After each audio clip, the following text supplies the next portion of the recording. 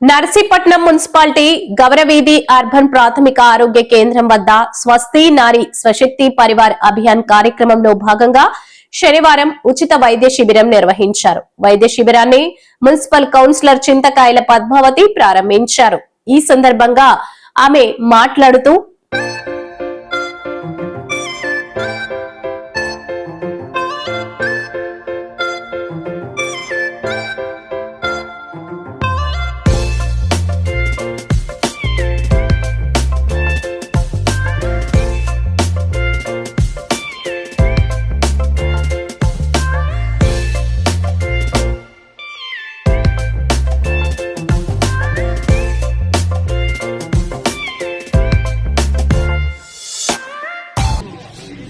Central government ప్రధానమంత్రి మోదీ గారు అలాగే మన సీఎం చంద్రబాబు నాయుడు గారు అలాగే కలిసి పెట్టినటువంటి కార్యక్రమం ఇది.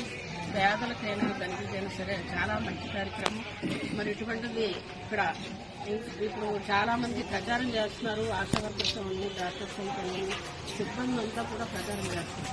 మన నర్సీపట్నంలో అయ్యన్న పాత్ర గారు మరి అలాగే ఏరియా హాస్పిటల్ అవుతేనే అన్ని హాస్పిటల్ కూడా ఇంటిమేషన్ ఇవ్వాలని చెప్పి పేద ప్రజలకు వైద్య సదుపాయాలు అందించాలని చెప్పి మన స్పీకర్ గారు కూడా కోరడం జరిగింది.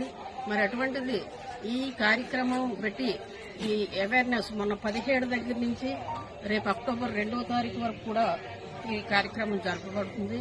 మరి అటువంటిది మనం అందరం కూడా దీనికి తోడ్పడాలి. ఇక్కడికి వచ్చినట్టు పేషెంట్లు అయితే తక్కువ మంది ఉన్నారు కాబట్టి ఇక్కడ ఉన్నట్టు ఏఎన్ఎంస్ కానీ అలాగనే ఆశా వర్కర్స్ కానీ మన డాక్టర్స్ కానీ అవేర్నెస్ క్యాంపులు ఆల్రెడీ పెట్టినట్టున్నారు. ఈ కార్యక్రమాన్ని విజయవంతం చేయాలని చెప్పి కోరుకుంటున్నాను. చాలా మంది కూడా రక్తం తక్కువ ఉన్నటువంటి వారికి అలాగనే టీబీ పేషెంట్లు ఉంటారు. చాలా మంది కూడా ఈ బ్రెస్ట్ క్యాన్సర్స్ కానీ గర్భకోశ వ్యాధులు కానీ ఇవన్నీ వస్తుంటే ఆడవాళ్ళు చాలా మంది భయంతో ఎవరికైనా తెలుస్తుంది అని ఇబ్బందులతో చెప్పడం మానేస్తూ ఉంటారు. అవన్నీ బయటికి చెప్పాలి. అలాగే అవేర్నెస్ క్యాంపులో మీరు పాల్గొనండి. స్క్రీనింగ్ టెస్టులు ఇవన్నీ చేస్తున్నారు. డాక్టర్సే వైద్య సదుపాయం కూడా కల్పిస్తారని చెప్పి సందర్భంగా తెలియజేసుకుంటూ చెప్పాలి. జనాల్లో అవేర్నెస్ తీసుకురావాలి. కూడా అటెండ్ అయ్యే విధంగా చేయాలి.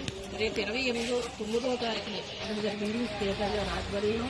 మరి అటువంటి ఆ కార్యక్రమానికి మీ ఆశా వర్కర్స్ ఏఎన్ఎంస్ అందరూ కలిపి ఏ వార్డులో పేషెంట్లు ఉన్నారో వారందరినీ అక్కడ తీసుకొస్తే మరి అక్కడ టెస్టులు జరపడం జరుగుతుంది.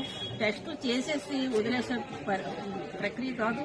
మళ్ళీ టెస్ట్ చేసిన తర్వాత రిపోర్ట్స్ వచ్చి రిపోర్ట్స్లో ఏమన్నా ప్రాబ్లం ఉంది అంటే ఆ ప్రాబ్లం రెక్టిఫై చేసి వాళ్లే వైద్య సదుపాయం కూడా కల్పిస్తారని చెప్పి సందర్భంగా తెలియజేసుకుంటున్నాను.